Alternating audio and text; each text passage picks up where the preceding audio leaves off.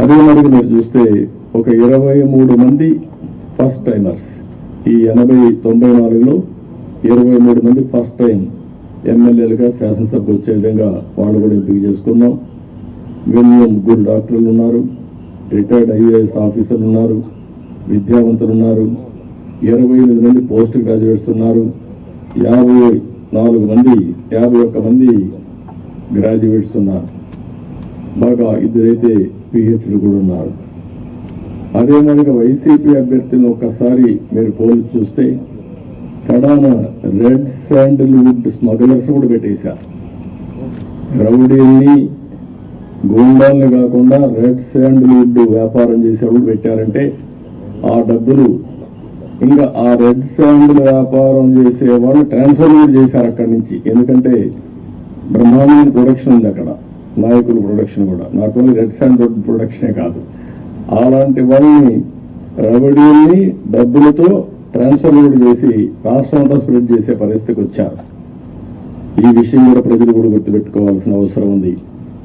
ఈరోజు మేము చేసిన అభ్యర్థుల్ని, ప్రజలకు జవాబుదారీతనంగా ఉండే అభ్యర్థుల్ని అటు జనసేన ఇటు తెలుగుదేశం పార్టీ ఇద్దరు కూడా చేశాం. ఈరోజు ప్రజల్లో తీవ్రమైన వ్యతిరేకత ఉంది. ఎంత వ్యతిరేకత ఉందంటే భయం కూడా అంత ఉంది. ఈరోజు మీరున్నారు ప్రెస్, మీ మీద సిరీస్ ఆఫ్ దాడులు జరిగాయి. సిరీస్ ఆఫ్ దాడులు జరిగితే మీరు ప్రతిఘటించలేని నిస్సాహిస్థితిలో మీరున్నారు. ఏమనుకో అంటే మనోధైర్యాన్ని కూడా కోల్పోయే పరిస్థితిలో ఉన్నారు. ఒక వ్యక్తి స్వేచ్ఛగా వాళ్ళ అభిప్రాయం చెప్పే స్వేచ్ఛ ప్రతి ఒక్క వ్యక్తికి ఉంది. అదేవిధంగా పత్రికా విలేకరులకి బాధ్యత ఉంది. అతనికి స్వేచ్ఛ ఉంది, మీకు బాధ్యత ఉంది.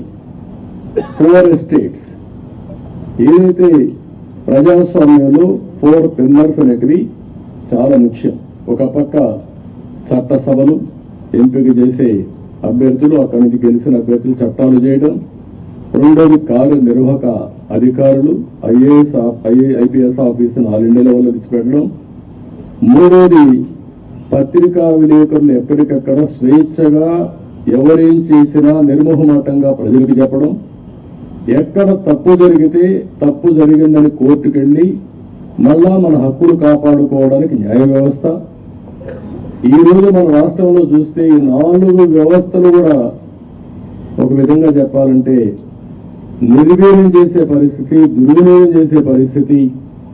ఇష్టానుసారంగా ఒక్క ఐఏఎస్ ఆఫీసర్, ఒక్క ఐపీఎస్ ఆఫీసర్ మాట్లాడలేని నిస్సహాయ పరిస్థితి నేను 45 ఏళ్ళు ఎప్పుడు చూడలా. ఇదే మీడియాలో నేను చూశాను. ఇదెంత పరాకష్టం మీరు గుర్తుపెట్టుకోవాలి.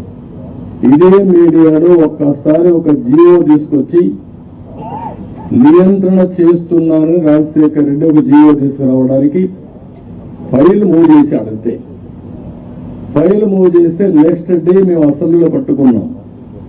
నీ ఇష్ట ప్రకారం ఎట్ట చేస్తావు సమాధానం చెప్పమని. అతను భయపడిపోయి కాదు నేను చేయలేదు అన్నాడు. నేను నిర్దిష్టంగా హామీ ఇస్తున్నా, నేను చేయనన్నాడు. కాదు ఆ ఫైల్ పెట్టమన్నాడు. అక్కడి నుంచి నేను విత్డ్రా చేసుకున్నానంటే మళ్ళా మీరు మాట్లాడతారేంటి అనే పరిస్థితికి వచ్చి తోకదాడి చేసే పరిస్థితికి వచ్చాడు. ఈరోజు 2430 జీవో నెంబర్ తీసుకొచ్చి పత్రికా విలేకరుల పైన దాడులు చేయడమే కాకుండా మీ మీద కేసులు పెట్టి మిమ్మల్ని లోపలేసే పరిస్థితికి వచ్చారు. ఇది భారతదేశ చరిత్రలో ఎక్కడ జరిగిందని నేను అనుకోను.